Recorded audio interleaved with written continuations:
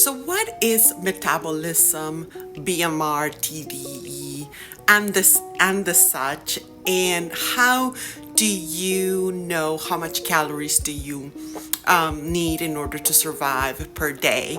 I want to discuss that in coming into the new year before we all engage into programs with regards to weight loss. I just wanted to give you the working knowledge, not even necessarily really complex definitions, just the bare minimum, just because all of us really inherently, I don't think that we need to really dig deep in order for us to begin our weight loss journey. So under that scope, I think that it would be really important for us to just touch base on really the skeleton of what all of that entails. Good morning, friends. If you don't know who I am, my name is Jessica, and I engage in conversations about weight loss, weight-related disease, education, and how to achieve weight loss in an affordable way that honors your life and my way of, like, all our ways of living. So let's discuss first what metabolism is. So basically, the really bare minimum, and I'm not doing it justice, but it's chemical reactions that occur in your body in order for you to actually observe life. Meaning the bare minimum, right? Like, there's an amount of calories that you need every day in order for your lungs to function, for your heart to pump, and for your legs to move. Now, that's taken out in, like, there's a breakdown there, like the basal metabolic rate, which that is the amount of calories that's the bare minimum in order for you to function. And that's actually not taken into consideration you moving and you exercising. Now, there's a different definition for that. It's called the TDEE, the total energy that a person requires to exercise and observe what is called a NEAT. The NEAT is basically what you do every day. For example, if you're cooking, you need that energy in order for you to actually cook, and you deal with your day and all that stuff. So that's it's outside of what the amount of calories that you need in order to just live. Does that make sense? So the reason why I go into this is because there's negotiables and non-negotiables. This is why you going below a certain amount that the human body requires, it's self-defeating to begin with. You cannot go below a certain amount of because not, you can obviously you can go a couple of days, but it wouldn't be reasonable to do that. Why? Because from the just even practical perspective, there's no way you're going to be able to sustain that weight loss. Like, there isn't. You'll see great results off the bat, but then you'll get tired, you won't be able to function, your mood will, and then you'll go back to overeating, and then you'll gain that and more. That's what keeps happening for most of us. So there's a calorie limit that you cannot go beyond. For example, like, again, so I'll give you actually a perfect example.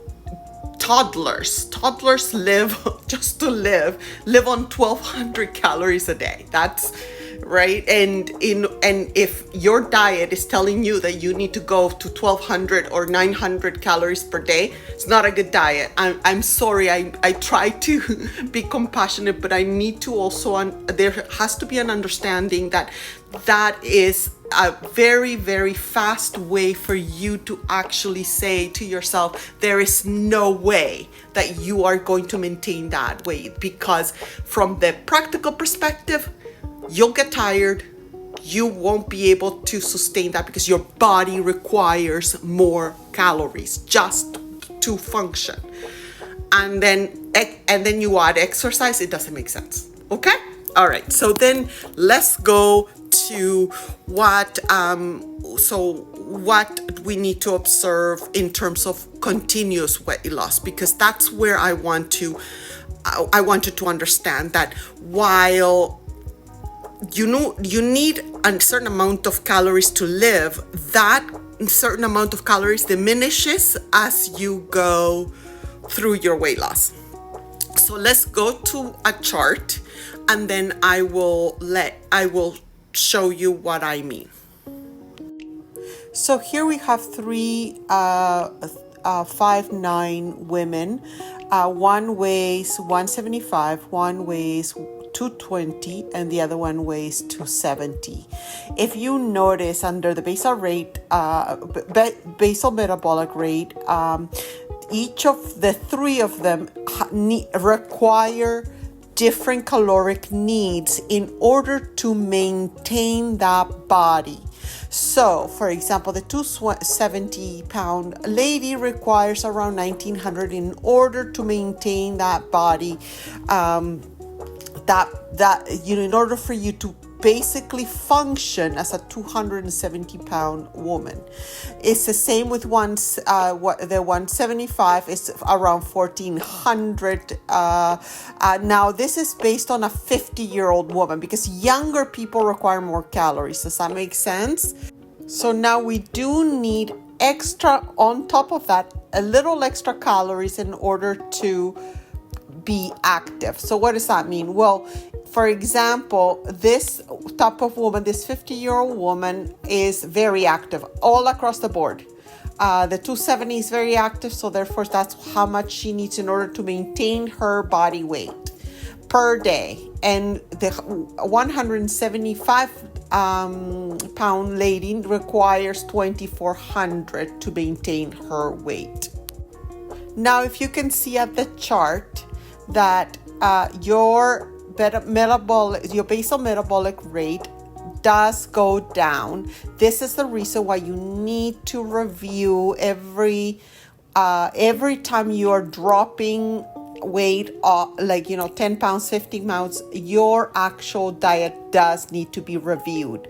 Why? Because your caloric needs as you lose weight, you will need a little more. Plus, you do have to add your exercise calories, because your exercise should not be why you are spending more calories. It actually should be to preserve function, to lose fat and not muscle, and for you to be able to carry things and do your long-term goals, like your traveling, your if you have a hobby or whatever. All that should be the reason why you are moving your body. With that in mind, I would strongly suggest that you could use an online free calculator to estimate your calories, or alternatively, you could do what I did at one point, is in a non-judgmental way, measure all your calories and go up from there about 400, 500 calories if that's what you want to do.